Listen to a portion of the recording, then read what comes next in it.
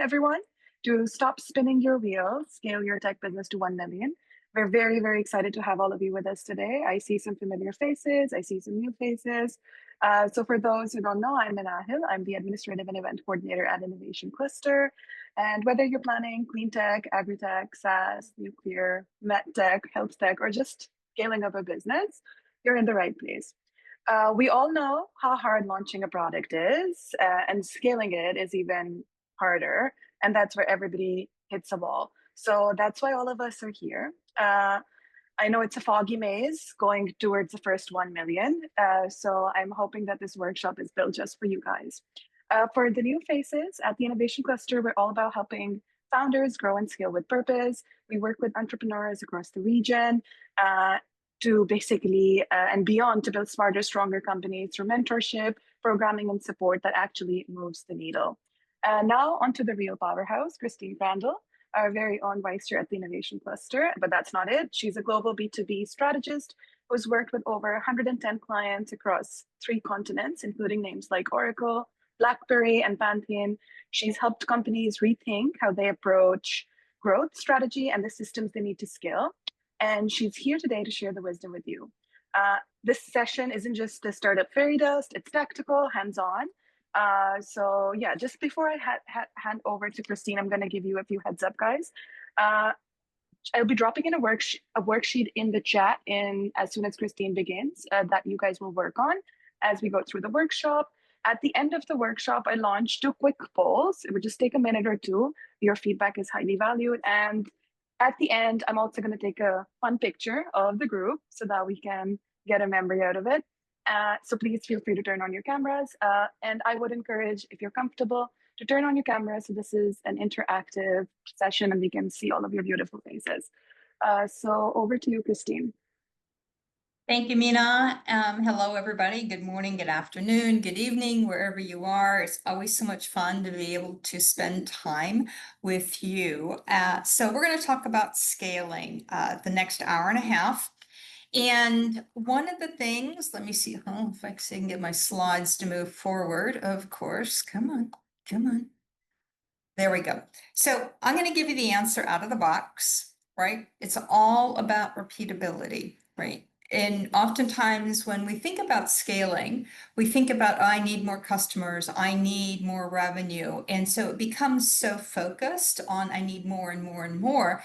But the trick is repeatability, so that getting that 10th customer, getting that 11th customer, or that 20th customer becomes easier with each time, and retaining those customers become easier over time because they're repeatable. There's a process, a series of processes in place. What's interesting in scaling is that as your company grows, scaling is not a one-time event. It is a journey, it is a process, and that those processes that become repeatable change over time. And we're going to talk about that. We're going to kind of lay out some blueprints for you to consider to achieve repeatability, and then to also evolve that repeatability and expand it. So the way I've structured this workshop is we're going to go in, it's in 3 sections. So the first section is we're going to go through those 4 must-have elements, these 4 things you absolutely have to scale. And followed by that, we're going to talk about a framework for scaling. And in that framework, you're going to see what I just talked about, how things will, that achieving repeatability and those repeatable processes will change as you grow and as you expand, and how you can sort of predict where you need to change your processes. And then the third piece is we're going to work together on a worksheet, I should say. It's somewhere in your chat. That I ask you if you would like to download and literally kind of work through it. So you're walking away from this workshop with a feel of where are you in the process, a feel of what you need to work on in order to get to scaling, and give you some food for thought, right? So that's how we're going to structure this. And I'll pause, as most of you know me, I kind of get going, I go. So I will pause as I go through this so you can ask questions. When you see the slides, right, what you're going to see is we're going to talk about the elements, for example, but I'm also added into each of the slides also some best practices, right? So that way you kind of get a feel for, well, if we're going to talk about teams or we're talking about finances, this is really what we're zeroing in on. So it's not just conceptual, it actually has a lot of best practice in there. And again, take best practice as it resonates, right? It's not a one size fits all. So let's dive in. So there are 4 must-have elements to scale, right? And these are the 4. You've seen everybody talk about this. They're talked about endless and endless time. Um, the key is when you've started your business, oftentimes the focus is on product, right? I need to have an MVP. I've achieved an MVP. And a lot of times, entrepreneurs then that have an MVP are then picking off the go-to-market strategy. So it's viewed typically very linear, and it's not linear. But these are the 4 things you have to have. No one's expecting any company out of the box to have these 4 pillars. And so this is what you're going to work on for each of these 4 pillars in order to build to have a foundation from which to scale. And so in this workshop, we're going to talk about those processes and we're going to talk about those actions to get you there and to scale, but really quick, right? Your product does it resonate with your ideal customer? And that's, finding who is the perfect match for your solution and not chasing what I call mini rabbits in the field. It's like really choosing strategically that one customer base and building a beachhead in that customer base and then going from there. Go-to-market strategy is about the sales motion. We will spend quite a bit of time talking about it. But when I talk about sales, I really want to have 2 pieces to it. One side of it is the sales. The other side of it is customer retention. And I will stress that customer retention is much more important than sales. It's way harder to win a new customer than it is to keep an existing customer. And in those early stages, when you have an MVP and you're looking to get your first 20, 30, 40, 50 customers, customer retention is absolutely critical. And then we're going to talk about finance, which is where do I spend my money? Where do I invest? And where do I actually have some efficiency? And money is tight. We recognize that. And then lastly, we'll talk about the team and we'll dispel some myths around that team. So let's dive into product. So one of the things on product is validating you have a very strong product market fit. We do lots of workshops and boot camps and mastering series on that. But the key is that if you're clear on I'm going to sell to this target market, right? And of the 10 opportunities you have, I'm going to sell to this target market and I'm going to make sure that it's a no-brainer for them to buy the solution. I'm not talking about price. I'm talking about features and capabilities, right? If you have this strong validation with your ICP and you're very aligned of which it solves a need, it generates value, then you're on that first step to actually being ready to scale because that you need that foundation, right, of those customers where there is that strong alignment because you're going to go back to those customers to help you to fill out your product vision. And those are the customers that are ultimately going to buy your add-on products and your extension products. So having that fit, not a sort of kind of fit, but a spot on fit is absolutely critical. And the reason for that is none of you are product or feature companies, right? None of you are a one product company. You're a solution company. So part of scaling is going from I'm selling a product or I'm selling a feature or I'm selling XYZ to saying, I am now a company that offers support, services, education, in how to use your solution. You're becoming a full-rounded company. So we're shifting from product to company. So how do, best practice is get that ICP, resist the urge to, if you don't have 15 or 20 customers in that first ICP, to then go and sell to the second, third, fourth. You will diffuse your effort.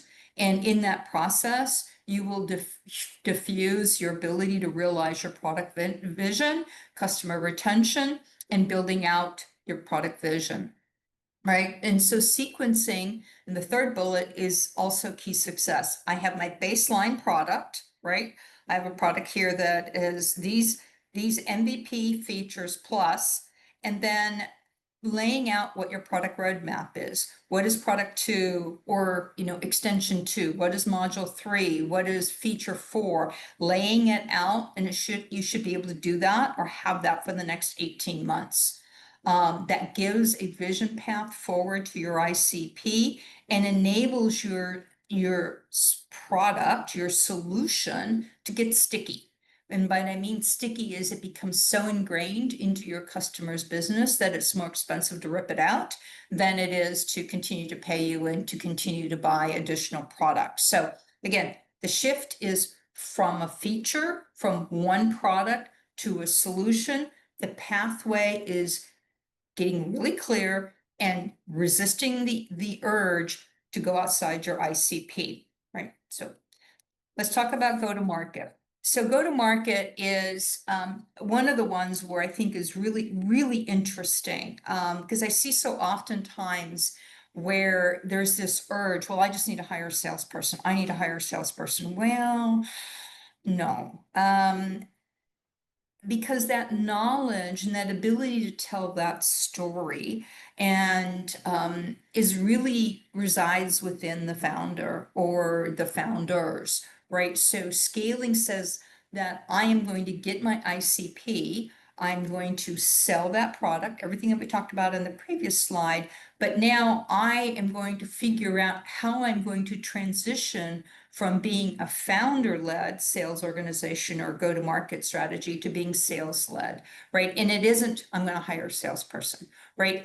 Interestingly enough, the first step in that process is actually formalizing your customer success function. You can call it support, you can call it user training, you can call it whatever you want to call it, but the core of that customer success function is to make sure that you're giving those customers white glove treatment, their issues are being addressed, they're very, very happy campers, right? And that they will also use word of mouth, talk about you, and they will buy subsequent products.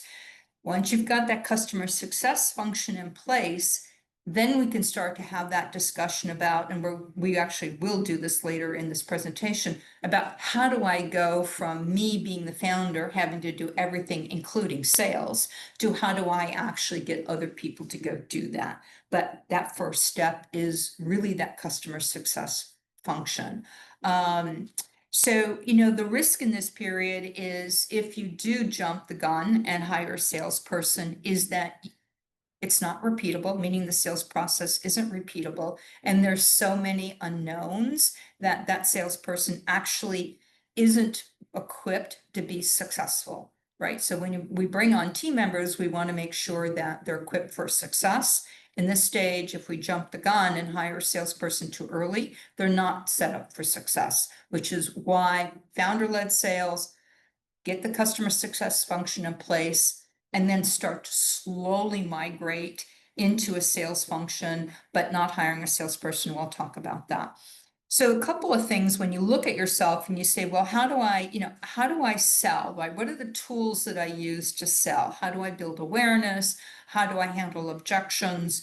How do I actually go do that? Then, you have to really look at your ICP, and there's some key questions you want to ask. Why do customers buy? They're not buying your product because the scissors happen to be really great at cutting paper. They're buying your product to achieve an outcome. So let's be clear that we get out of the mindset of the founder of it being the feature, and we're looking at the target outcome that the buyer is trying to achieve. That's why they buy. Why are they buying from you? Yeah, you're a bunch of nice people, but why are they buying from you? And why are they buying now? They sound like three very simple questions, but those three questions will carry you all the way through your scaling phase. Why are they buying? Why are they buying from you? Why are they buying now? And along the way, you will start to work a playbook. You will see patterns. You'll see patterns in, is it more effective to sell from the CEO down? Is it more effective to sell, say, for instance, from the director of operations up? What is the message that resonates? And so as you experiment, there's a lot of experimentation that happens at that stage. You're looking for patterns. So making notes. When I did this, I got a sale. When I did that, it was a whole lot harder, and maybe I got the sale, but it just was too hard. So don't be in a rush to just say there's a cookie cutter approach, because it's not, and invest in the experimentations. And the answers will create your sales playbook, which is a document that you ultimately will want to build to give to when we get to hiring your salespeople. Next one is finance, right? And scaling means, as we talked about earlier with product, it's not just moving from a feature to a solution company. You're moving from a viable product to a viable company. So in MVP, I have a product, it meets people's requirements, right? They're happy with it, it performs as I plan for it to perform and everything, but that doesn't mean you have a viable company. When you look at a viable company, you're saying, do I have cash in the bank, right? Do I understand my cash flow? Do I understand how I'm going to invest in the future? What is my risk mitigation plan? What is my risk tolerance, right? And that's the path to saying, I need to have repeatability. I need to have repeatability in product performance quality. I need to have repeatability in how I sell. I need to have repeatability also in how I actually run this company so that I can actually invest in it and I can achieve profitability. So, we have that same thing, and it comes down to cash flow, right? How much money is coming in? How much is my risk tolerance to say that I'm going to incur debt or I'm going to incur a loss because I know in 6 months it's going to turn around because of other indications I have in the business. So, and we do a workshop on bootstrapping, which we're about to redo, which I highly recommend because it all comes down to cash. Oftentimes it comes down to cash flow. So that's the third pillar. And then the last pillar is on team. Right. So when we look at scaling, it's right now it's you and might be a few people. And then ultimately over time, you're going to build out the rest of your team. The trick is not hiring too quickly and not hiring too late. And the trick is, what is it that you're actually hiring? What are those talents and skills that you're actually hiring? So in the beginning today, a lot of you, not all of you, but a lot of you were engineering dominated, right? And then you're now going to make this shift to becoming more sales dominated, or I should actually say customer first dominated. So part of that process is when you look at yourself saying, what are my strengths and weaknesses? What is my co-founder's strengths and weaknesses? And let's be really, really honest. We all have strengths and weaknesses. Right here at the innovation cluster, I work very hand in hand with Nicole, the chair. We complement each other very well because we are very clear on our strengths and our weaknesses. And so let her take the lead on an area that is a strength and it's a weakness of mine, and vice versa. But you have to write it down and have that. And as you start to hire, you're looking at how do you complement in that hire, say in a product manager's role, or say in a distribution or channel manager's role. How do they actually complement your weakness, right? The CEO's role is not to know everything. Not going to happen. The CEO's role is to surround themselves with the smartest people that they have that can complement their weaknesses and lead forward.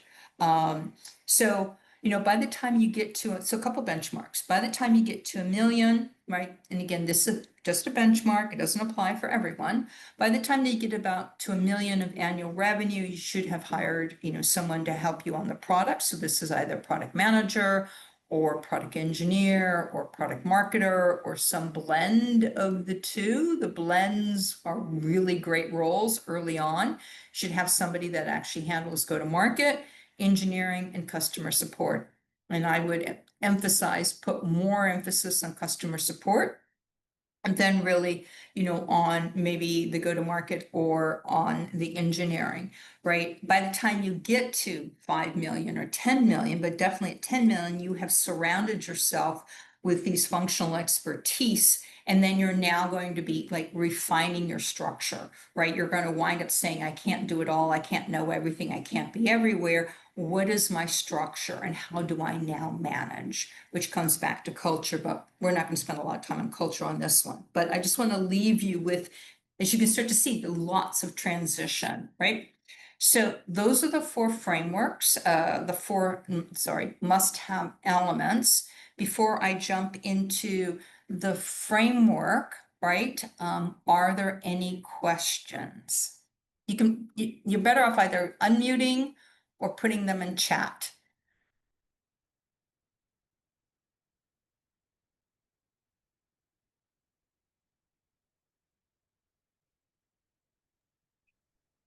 I All right, I'm see a gonna take question this. by Zishan. I see a question by Zishan. Christine, he says, can you emphasize on two things? And I'm assuming, Zishan, you're still typing. Let me So I let you finish that thought. Do you mean if Christine should, yeah, he's typing. The first thing he's mentioned is customer types you mentioned first. Like, can you emphasize on the customer types you mentioned first? And The ideal customer profile is is when you're looking at your ideal customer profile, right? You should define what an ICP is. So you can Google ideal customer profile.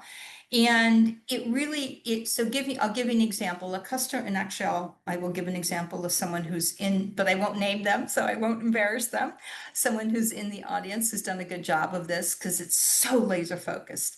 So this particular ideal customer profile for a company is they're in the low income housing space, right? It's companies, they're focused on companies that, maintain housing for anywhere from like 10 to 100 families within a location. It's community based. They're selling to the operational and to the CEO of each one of these low-income housing communities or organizations. And that's the only thing. That's the only thing that they're focused on. I mean, they're so laser focused.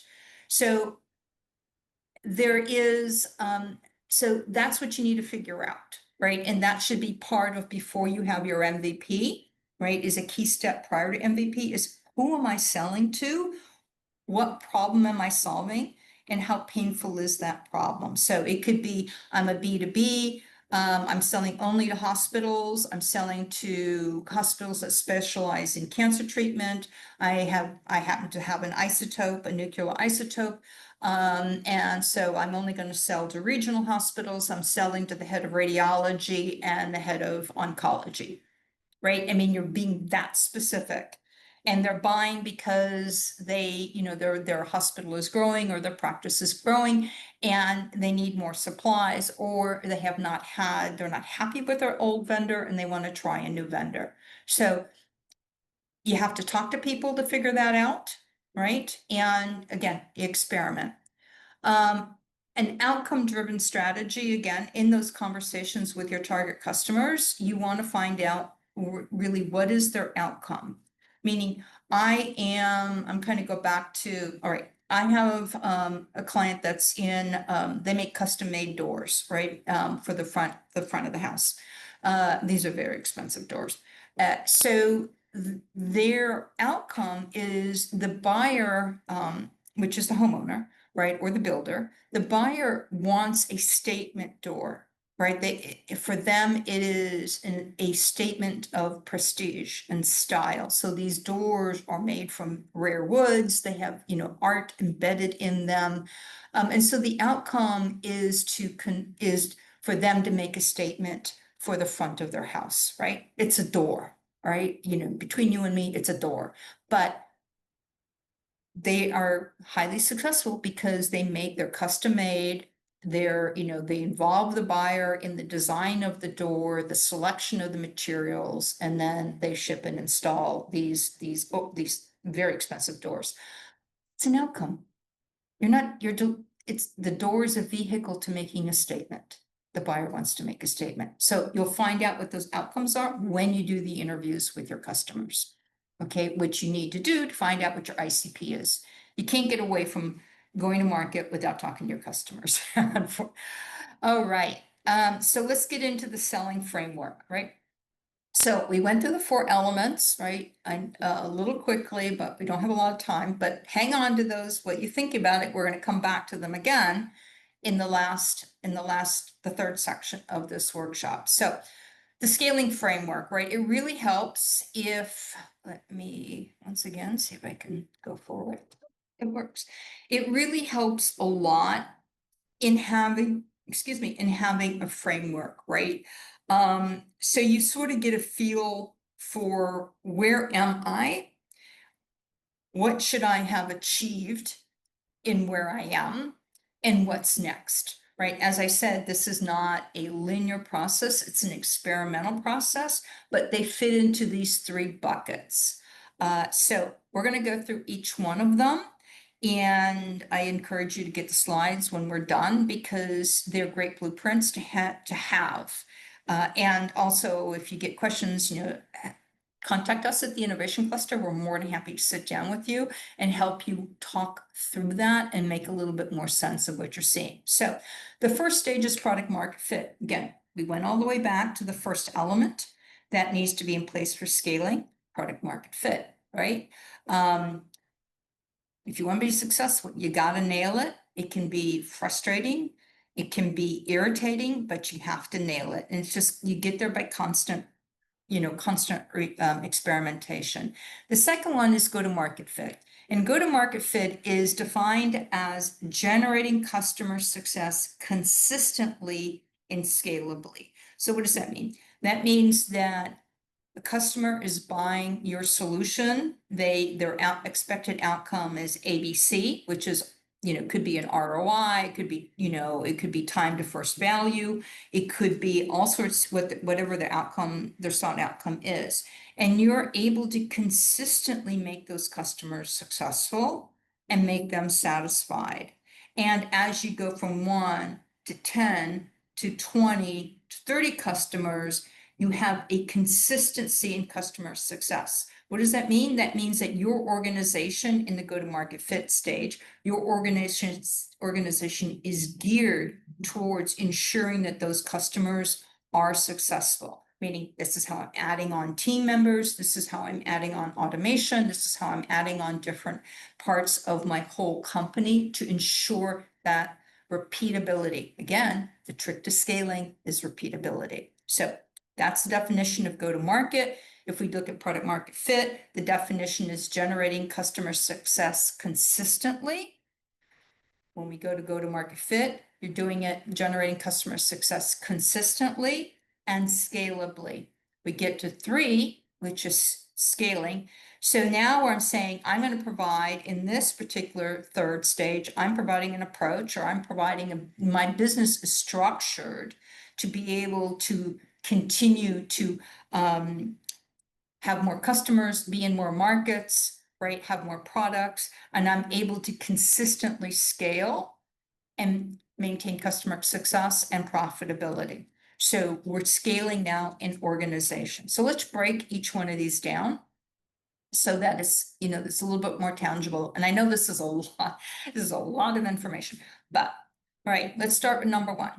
We're in product market fit. So second row down, target market. So where am I? In the target market, I'm going to focus with early adopters, right? So what's interesting is a lot of people come out and say, well, I need to sell to big brands. I need to have that logo. And it's very annoying when consultants do tell you this, because it's probably the worst advice. But you know, you don't want necessarily big logos. When you're going to market, you want smaller companies, and you want to work with these companies because they're easier to reach, right? It's easier to talk to procurement or the head of manufacturing or the CFO. They make decisions faster, and they actually have simpler product requirements in general. In general. They have simpler product requirements, which gives you a faster path by going with a small company to actually understand what's working, what's not working, does this particular new program in customer support work or not work? Does this pricing work? Not work. So working with smaller companies, they also tend to be a lot more agile and a lot more open to new types of solutions, right? You're not fighting status quo as much as you are in larger brands. So go secure in your ICP, secure a beachhead of SMEs, right? So 15, 20, 50, 60, whatever, the more the merrier, so long as their customer success is repeatable. And then from there, go to the larger logos, because the larger logos within that same target market will take the smaller companies as references, and you will be more ready and equipped to do that. So that's the advice of that. Go to market playbook, win at all costs. Winning is about customer retention, not contract signing. Okay, so you want to do everything to make sure that your early customers are happy. That means what I call a natural apps, right? White glove treatment, a lot of face time, a lot of personal time invested in them. You want to make sure that they're happy and you're learning. It's a two-way street here, right? Because you need them to buy more products, to renew, and to, tell their friends about it, word of mouth. So the key to success is not the sale, though we like the sale, right? Not the sale, but the customer considering the purchase and the outcome of success. It's worth gold when someone says, I purchased this wind turbine and it actually produced the energy that I wanted consistently, and it was no maintenance, right? I would definitely buy it again, and I'm going to buy it again, right? That's what we're talking about on customer. So you need that. You need those references in order to drive the sales. So first sales hire. So let's say you've got a couple of customers and you've got the cash flow to bring someone on board. You're the salesperson, you're the CEO, but you need help because everything else you've done is working really well, and so you're getting a number of leads. Don't hire a salesperson. The first hire that you want is someone who's a mix. This is someone who's typically worked in a lot of startups, and they're a product manager and a salesperson. So they have very unique characteristics. So they need to be comfortable with ambiguity because they're not going to have all the answers, and they need to be comfortable with rapidly changing environments, and they're not motivated by money. They're motivated by learning, and they're motivated by the customer success, right? So it would be your first hire is someone who can help you planning product roadmaps, doing, content for, your product material, your product manager, your marketing material, and those type of things, and also be comfortable with customers. So they're skilled, look for people that are skilled in handling objections, that they feel comfortable discussing money and asking for the sale. And they also have the ability to spot patterns. Again, we're looking for patterns because patterns are where you're going to learn. And they have the ability also to ask a lot of questions. Why? The ability to drive into customer needs through deep discovery skills and to identify those patterns, and they collaborate across the rest of your organization. So that's what you're looking for in your very first sales hire. It's this blend, right? That person may stay on as you grow and either go into AE role or the account executive, or they may go into the product manager's role, but your first hire is this unique blend, right? And then I'm going to very quickly go through the next three. So demand generation is not about sinking a ton of money into marketing, right?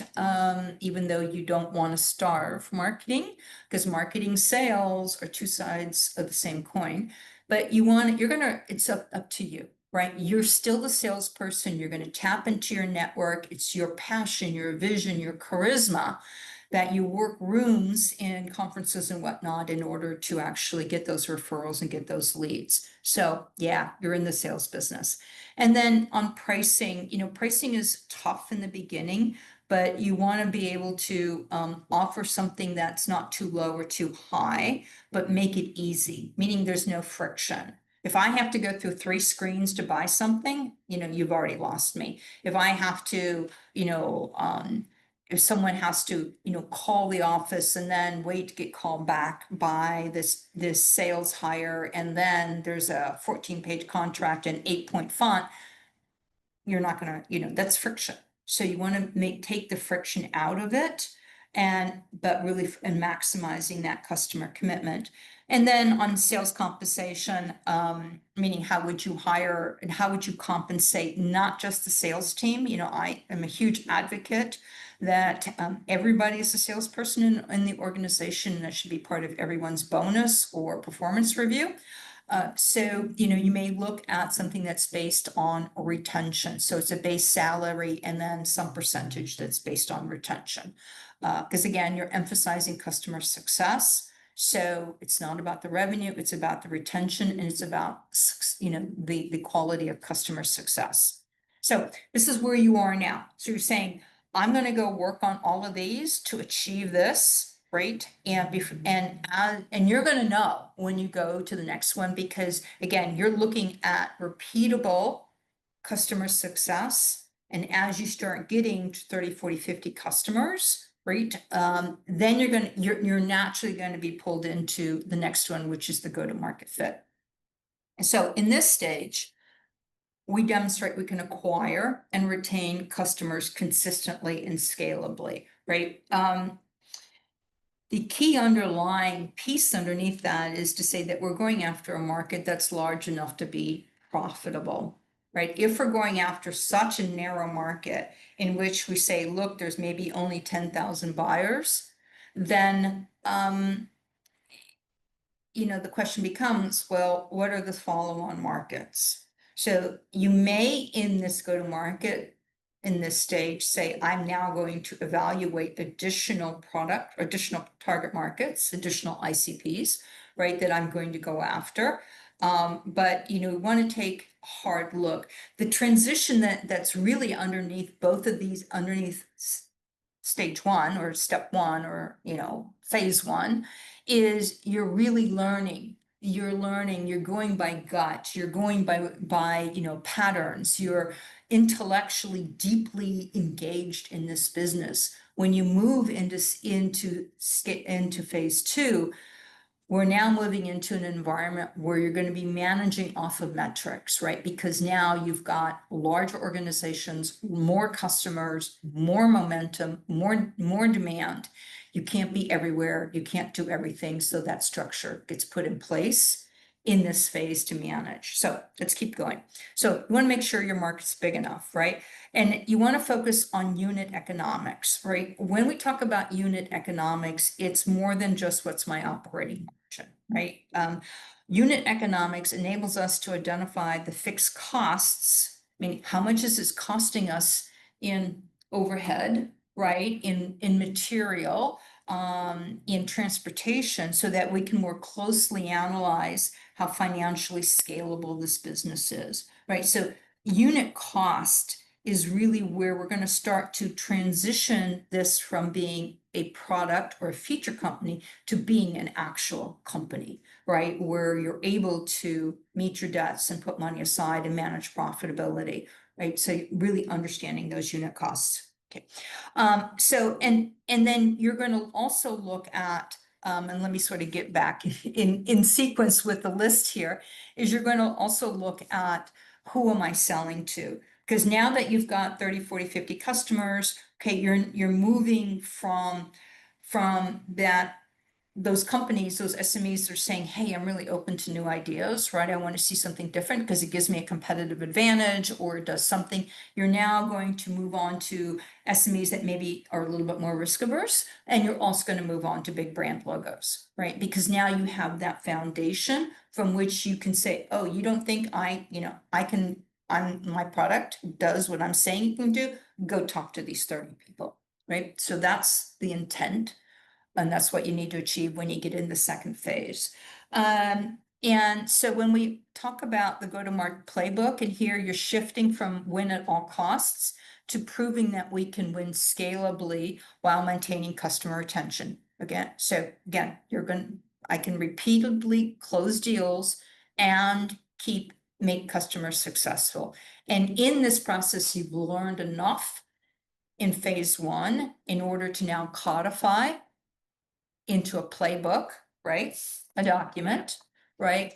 This is how we're going to approach the customer. This is who we're approaching to. This is the content of the communication on that first call, second call, third call. We understand the customer journey. We understand what assets they're going to look for, so it becomes a playbook. And that puts you in a position to have that repeatability and now start to bring on salespeople that are more on the pure sales side because they now have a blueprint to follow, right? So as we talked about, we're going to hire salespeople. You don't hire gobs of them, hire one. And if you have demand that exceeds supply, you want to basically, then hire another one. On demand generation, right? This is where we now start to really invest more in marketing. There is a learning curve and there is a scaling curve in marketing. The big mistake people make is, well, I'm going to go hire a CMO. Maybe that's right. Maybe not. Maybe you just hire a marketing person, right? And they're going to generate leads for me and they're going to next quarter. Well, no. If you're into the B2B world, right? You're going to start a marketing campaign. You will see if it's the right one, right? And they've done that experimentation, you will see impact 6 to 9 months down the road. So be patient, right? Be patient. Marketing, there is no single, especially nowadays, recipe to make marketing work. But so in demand generation, what I want to stress here is don't try to be everywhere for everybody. If you find that LinkedIn ads work or radio ads work for you, focus on this one channel, continue to experiment on the other channels, which could be direct mail, it could be conferences, whatnot, but pick the one that really is working for you and focus on it so that you can, again, get to repeatability on from leads to conversion and from conversion into closing. So a lot of people say, well, I need to be everywhere. No, you need to be on what works and only be where your ICP is. If they're not on Facebook, don't be on Facebook. If they're not on TikTok, don't be on TikTok, right? But keep experimenting. So pick one channel, the one that works, and invest in it. We look at pricing we want to solve for the unit economics. The game now is about profitability. How do we manage our costs in order to be profitable, at the company level, not just at the margin level. So this is where we begin to switch to pricing optimization. So in this path is to lever to achieve scalable product economics. So you're going to capture customer ROI. So my advice is if you're B2B or in some cases some consumer, understand what target outcome, is it ROI, total cost of ownership, is it time to first value, understand what it is when you close the deal and then go back in 6 months or a year or 2 years and measure the return. So you need to capture what that ROI is, not in what you think it is, but in how the customer defines it. And so your price should be somewhere between 30 to 40% of ROI. If you're in stage one, don't price that way. If you're in stage two, you start consider that pricing. So that way you're solving to make sure you have enough money that covers your fixed costs and all your salary and your overhead and whatever tariffs you may or may not be subject to, with your pricing model and how you're managing your finances. Then you're going to look at your business model and say, how do I optimize the business model? where do I have redundancy? Where can I streamline it? Where can I maybe do things differently? Where do I outsource? Or where do I onshore manufacturing or whatever?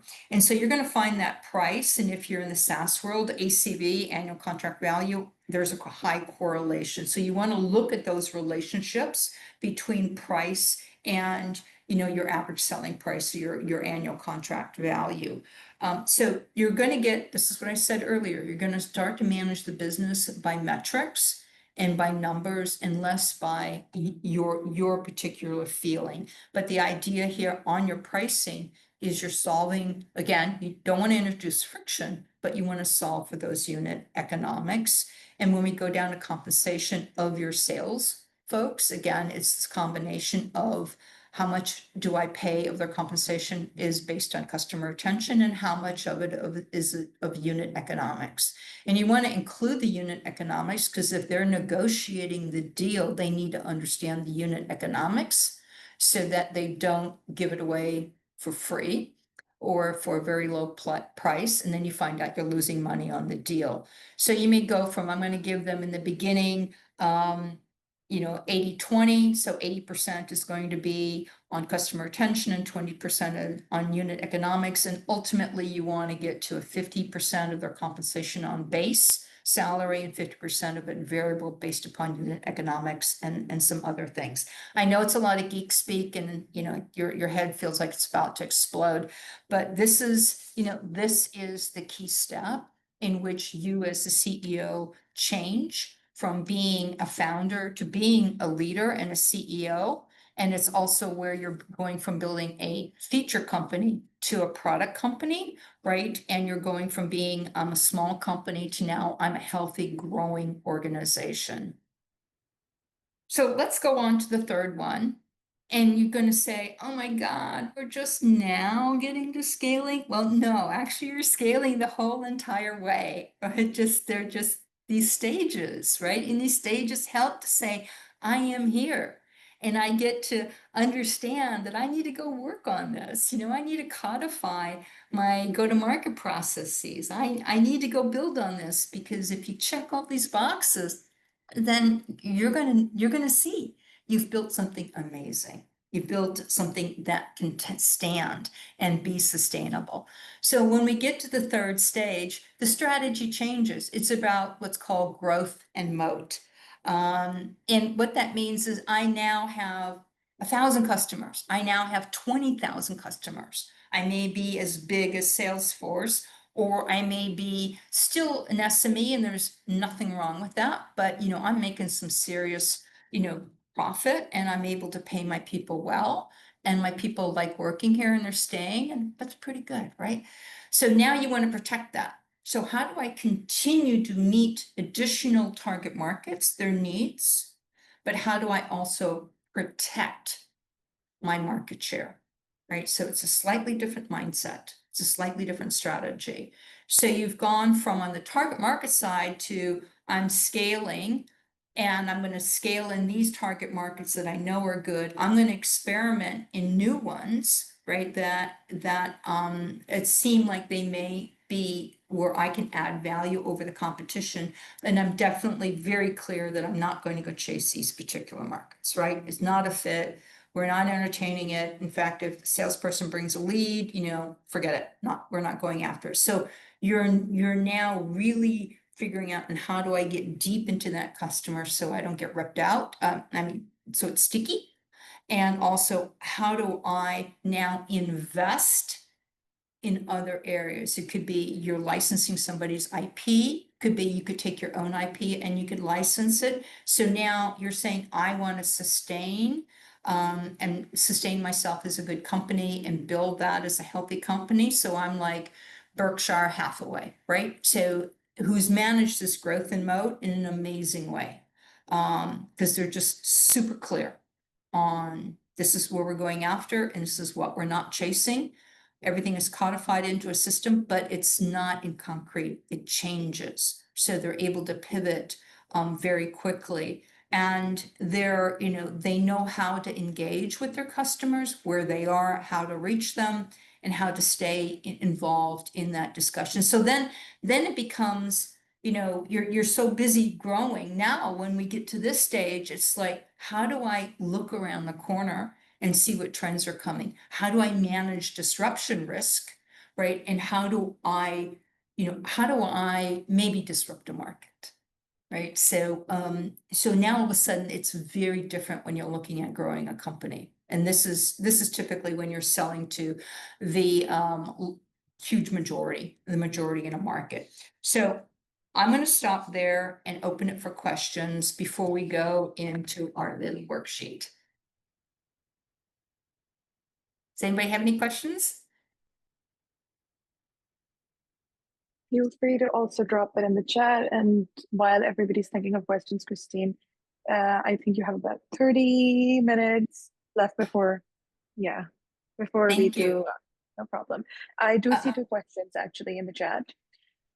So the first is by Zishan. It is, what do you think about a strategy where the pricing is below willingness to pay, assuming we could determine one, which keeps consumer or customer invested, develop products, and move up the segments? So when you do that, um, when you do the price below beginning to willing to pay, right? Then, I'm going to ask you to run your numbers, right? Because if you're running a loss, how long are you running that loss? And at what point do you break even? Because so one part of it is the numbers. So you look at that, because if you're going to not make money for 2-3 years, where's that money coming from? Right? That pays salaries, that pays everything. So loss leader out of the box, which loss leader is I'm willing to offer a product below market value because it will lead the customer to buy that product and additional product of which has a higher unit, has higher margin to it or a lower unit, higher unit economics. But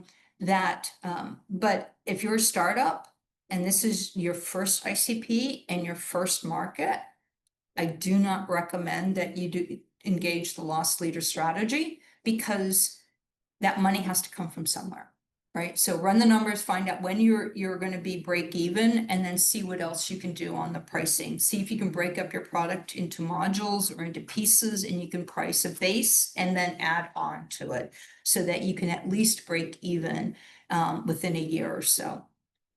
And I don't know what you mean by move up segments. Are you talking about moving up market or moving within an organization or within the size of organizations, or just put that in chat as to what you mean by that. Okay, in bringing on a salesperson through speaking with advisors, a strategy has been suggested to bring it on in a purely commission-based salesperson early. Andrew, I think in this particular case, you can experiment with it, but you get what you pay for. So what you're going to get is a revenue junkie. Sorry for anybody on the call that's a salesperson. You're going to get someone who's coin operated, that the only thing what they're motivated is by money, right?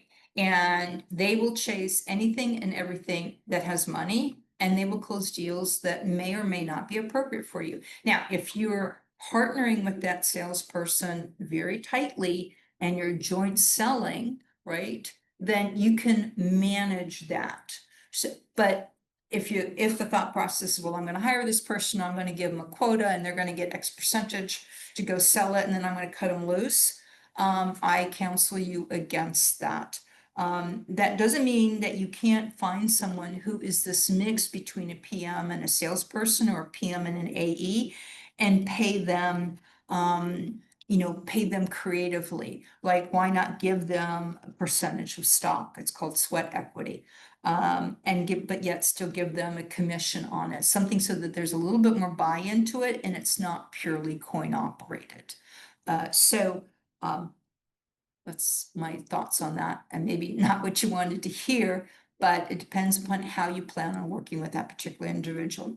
All right.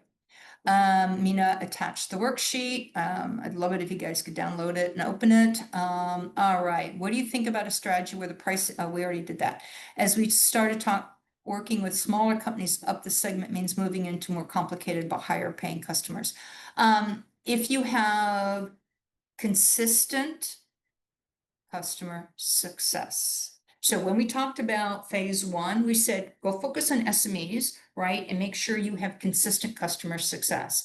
If you've got a whole bunch of these, like 20, 30, 40 of these customers where there's consistently success, you're now moving into stage two, and you can now move up market, right, to larger companies, because you need that referenceability of those smaller those SMEs in order to be able to successfully sell into into larger companies. But the mandate is still the same. They need to be just as successful as customers that are bigger as the little ones. Don't ignore the little ones when you start getting the bigger ones, because you need the little ones, and then ultimately you'll need the big ones as well.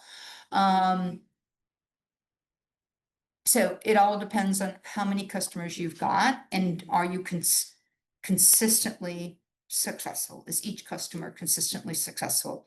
Easier said than done, because everybody will have issues. Okay, these are good questions. These are great questions. So we're going to go into this question. Let me get my thing.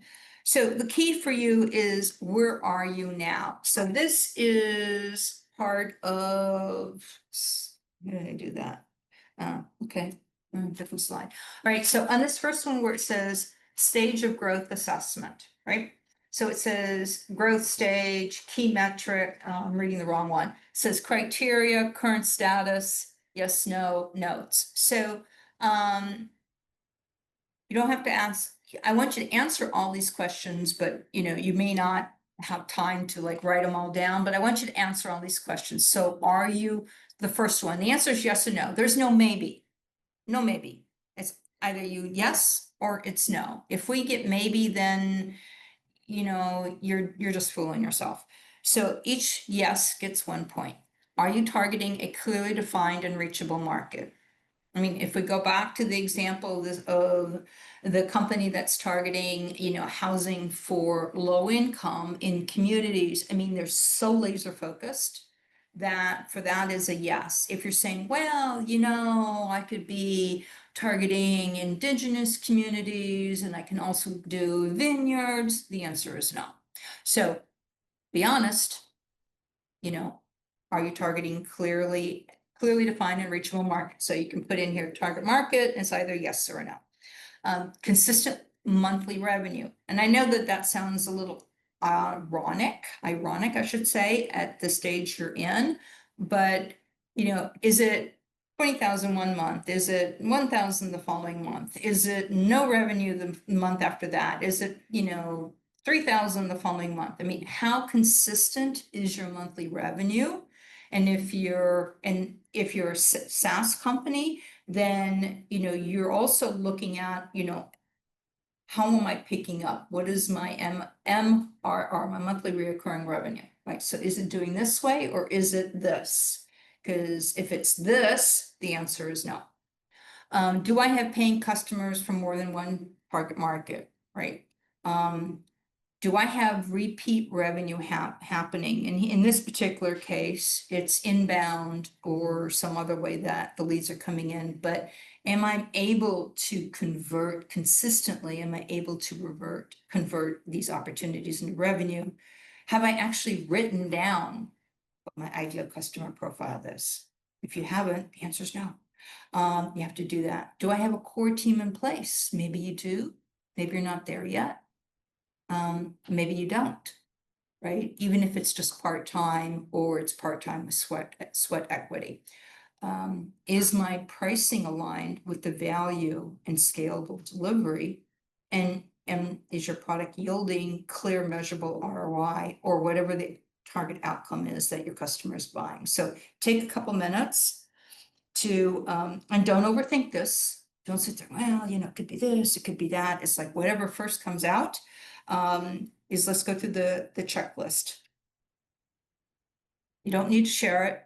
This is for you. And just go on here, yes, no, 1, 0. To figure out where your growth stage is. So if we go back, right, and we think about those three phases to scaling, I'm just curious if you're willing to share, that would be totally awesome in chat. Where are you? Are you in early traction? Are you like phase one, right? Do you have consistent revenue? Are you beginning to scale? Are you in phase two? If you wish to share, that would be awesome.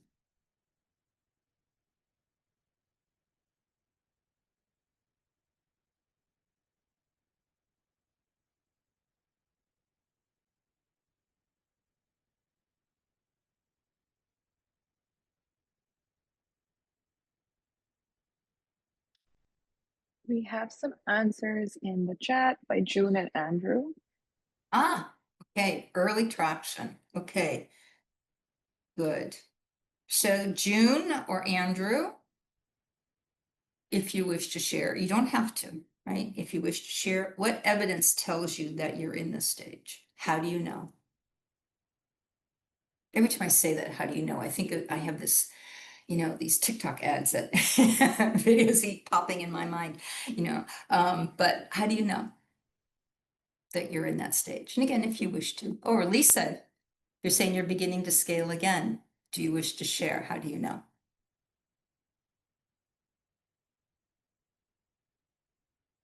Want me to just say it out loud instead of type it? Would be a bit quicker, maybe.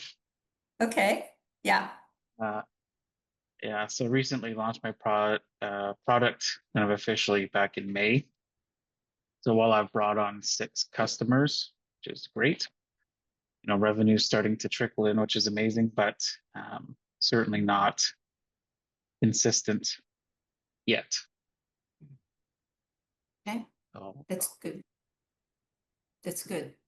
So, so you have a bit, you know where you are, you know what the future kind of looks like, what you have to achieve. And now it's like, how do we get there? Okay, so thank you for sharing, Andrew. Okay, and Lisa says, talking to potential customers, yep, and they commit to use a prototype when it's ready, so trying to make the next step. So very good. So Lisa, you're really in phase one and really focusing on, so you have evidence that, you're not quite there yet, but you're getting there. Oops, I missed one of your posts. We grew, increased revenue, and projects, and then started plateauing in revenue. Yeah. So you're scaling back. This has got to be tough. It's kind of hard, hard on the ego and hard on the pocketbook. But you're going to redo it again. So, focusing on those customer success. So lead with the customer success so that you can fall back upon that as you're looking to close deals and grow on deals as you are the founder-led sales. Okay, good, good. All right, let's go to, let me see if I can get this to work again. All right, so are you set up to scale? So this is the second one here, right, that you're going to fill in. So if you want to write in under element, it's product go-to-market or GTM, market, revenue, and we're missing my bad, the 5th row for team, right? So in this particular case, the score is 1 to 5. Now we're going to assess how solid your foundation is for scaling. So of the 4, so these are actually the 4 elements, but I added one more in there. So it's product, market, go-to-market, revenue, and I added team into it, are what separates businesses that scale from those that, just never really take off, right? So for each, rate yourself from 1 to 5. 1 means it's unclear or inconsistent, right? So for example, is my product yielding a clear and measurable ROI? Well, do I have those metrics in place? Am I actually capturing those metrics so I know definitively that I am or am not doing that, right? And if you're not doing it, the answer is 1. If you are doing it, and it's strong and it's validated and you have a process in place, then the answer is 5. So go through each one of them. We'll give you a couple minutes. How am I doing on time, Mina? I was just about to unmute and let you know that you have about, I think, 15 minutes left. Okay. And I know you need some time at the end. Okay. Yeah. Okay. So I speed it up a little bit. All right. So 1 to 5, right? So same question as last time, just in the interest of time, I'm gonna go, how do you know, right? How do you know? So then you look at where are you the strongest right now? If we go back to this, where are you the strongest? And how do you know that? You may have ones and fives. Not all of it's going to be one, and not all of them are going to be fives, right? It's going to be a mix. And not all of them should be threes, because that's sort of like a maybe. That's sort of like an in-between. So, where are you the strongest? And which one has the lowest score? And why is it the lowest score? What's really holding you back? Right. So that's, really kind of getting beyond the surface and really getting into the real root cause. So and then you look at the scoring again, and you're saying, if I could only invest in improving one element over the next 90 days, which would move the needle the most, right? So really looking at it, and again, we're setting priorities, because this is not an all, adding water, all boats rise equally. This is literally one boat's going to rise, and then it will lead to other boats rising. So if you could look at that and say, where's my needle mover in here? If I could focus on it or add money into it for the next 90 days. Okay. So answer that kind of tough question. And then the metrics, I'm not going to spend a lot of time on it, because I can get like really into the weeds on these metrics. We can all geek out together on these metrics. So I won't do that, but it'll, when you get the slides, you can go through it. And so now we go from what I want to call feelings. So those first two, so we're now on page 2, the second one. Page 1 was really more, how do I feel about my business, right? What is my gut telling me about the business? And now we're going to go into metrics. So here we're going to shift from what you feel that's working to actually what can you measure, right? And the old saying, if you can't manage what you don't measure, right? So this is how you actually keep track of, and you don't fool yourself. It's so easy in the dark of night, right? You sit there and you're like fighting with yourself. You're going, yeah, the customers, yes, I'm winning customers. And then because, I've got 3 and I've got 4 in the pipeline, and I just know it's going to happen. And then the other side of you is arguing with you that, well, you don't know if those 4 are going to happen and where they're going to come from, right? Makes for lots of sleepless nights. So here it kind of takes that away and says, well, really, what is the number? What am I actually tracking? What is my customer retention? Is it 90%? Is it 50%? Is it 40%? And it's going to do a little bit of this, but the idea is the trend line is like that. And you look at new logo acquisition. So again, you're balancing. I'm focusing first on customer retention and customer satisfaction. Just because they stay with you doesn't necessarily mean they like you. I mean, we all do that, especially if you're using QuickBooks, right? You use QuickBooks and you absolutely hate it. And then the other is new logo acquisition. But what is your number now? And what is your target? It's realistic if you're a SaaS company that your customer retention is going to be like 75 or 80%.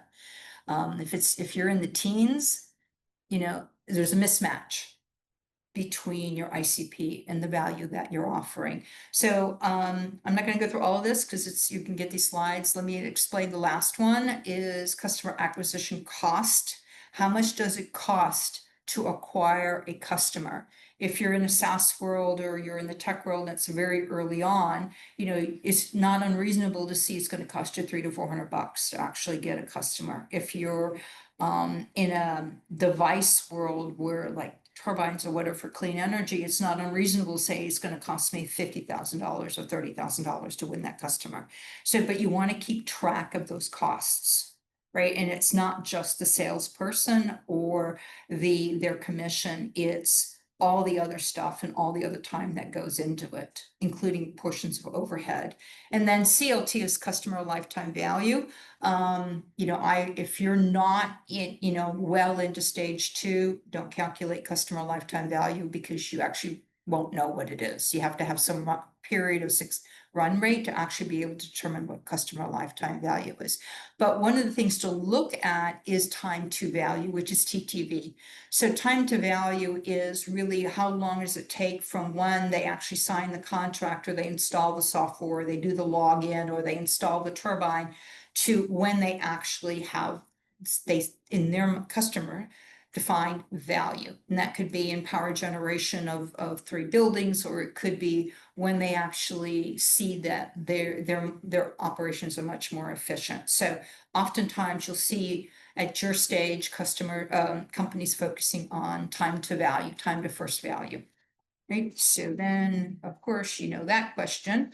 And then the last is business model, team, and mindset. So you know, culture is key, but I'm not gonna go down the culture route. What I really want to go down is the path to mindset. Your mindset needs to change, and it will evolve, and it's okay, and it's supposed to. So when you look at where you are now, like maybe from 0 to 300 or 0 to 100,000, you're going to go from a founder, I have to do everything, you know, it's in my head, to going from, and I'm going to build a product, to now I actually need to stop, you know, I need to sell this product. So where a lot of entrepreneurs get stuck is on what activities should you stop doing? And that's a question that I ask clients, if they're multi-billion dollars a year, or whether they're only, you know, a couple $1,000s a year, because you can't do it all the time. Eventually, some activities you're doing it out of habit, some activities you outgrow, and some activities you just should not be doing, right? So as you make this shift from building the product to selling the product, what is it that you're going to stop doing? Or what is it that you're going to do differently so you can do additional things? As you grow from 300 to, and these are just ballparks, 300 to, you know, 750,000, you're going from founder-led sales to a sales process where you have a playbook. Meaning the objective is, how do I make sales repeatable? And then I go from team structure, where you should be using freelancers, or, you know, part-time folks, you know, folks with sweat equity, that because they'll be with you for a while. So you're going from this random, you know, this random collection of people that you can get because you can afford them, and they're willing to actually solidifying into key roles. And so you look at, then, what is my first hire, right? Is it the first hire? Is it sales? Is it marketing? Hint, hint, is it customer success? And why? So your mindset, you are evolving, and we have an upcoming workshop on making this mindset transition, which I highly recommend, because it is a stumbling block for every CEO that goes through it. And so then, you know, you're gonna fill the second page out. Oops, this is the second page. You're gonna fill the second page out, and I want you just to ponder on it this weekend, right? How do you need to change? How does the process or your systems need to evolve? Do you have all the bases covered? Do you know, where's friction? Where are the gaps? And then how when you look at your team, you know, that's, you know, we have all the different hats on. You look at your team and your part-timers and your contractors and whatever, and you're saying, where do I need to be upgraded? Where do I need to be complemented to my weakness? You know, how am I going to define this? And so by working through this, it'll give you a feel for really where you should focus. Okay, I know Mina's not going to let me do this, so I just want to do 2 things that are coming. We're doing this is a workshop. So this is a workshop leading into a mastering series. If you really want to get into how to have scalable sales, and this is also on the customer success side, we have a workshop, highly recommend it. It's an hour, but the real beauty behind it is we have this mastering series. It's a 5-week cohort system. Meets once a week. It's all virtual, where you're going to get down and dirty into understanding how to actually build out your go-to-market and how to build out a sales team. Strongly recommend that. These 2 are amazing. And then again, storytelling, how to like not sound like you're, we're all geeks at some point, but eventually at some point, somebody else, the customer is not going to be a geek. So how do I actually have that conversation? And Tobit is a master at that. And again, this is a virtual boot camp that Tobit is offering to help you work through how do you talk about your solution? How do you talk about that outcome? How do you talk about value? And with that, I'm going to turn it over to Mina. If you have any questions, put them in chat, but I will let her manage the time going forward. And I hope this was worthwhile for everyone. And it gave you some ideas. And if you're stuck and you're not clear and you want to talk about it, just reach out to Mina and let's have a conversation, right? Let's go through what your answers are. Excellent. Thank you so much, Christine. You're actually very good on time. So I'm gonna launch shortly. I'll also be sharing the worksheet via email. I'll also be sharing the promotion on the upcoming workshops via email as well. And you will be getting access to all of the slides that Christine shared. So if there's any question, I repeat, please feel free to just like let me know, email me back, and I would be happy to answer or connect you to Christine if needed. Awesome. Thank you so much, guys. I see answers are coming in. This is great. I think we did a little Osama, Mahalan. Thank you so much, guys. It was absolutely great having all of you. Thank you for participating. Thank you, Christine, for doing such a wonderful job. I hope everybody learned. I hope everybody will use the worksheet, and I hope everybody will get to their 1 million or even more. And we get to hear stories about that. Awesome. Okay. Thank you. All right, guys. Thank you so much. Bye. Thank you, Zishan. All right. See you next time. Bye-bye.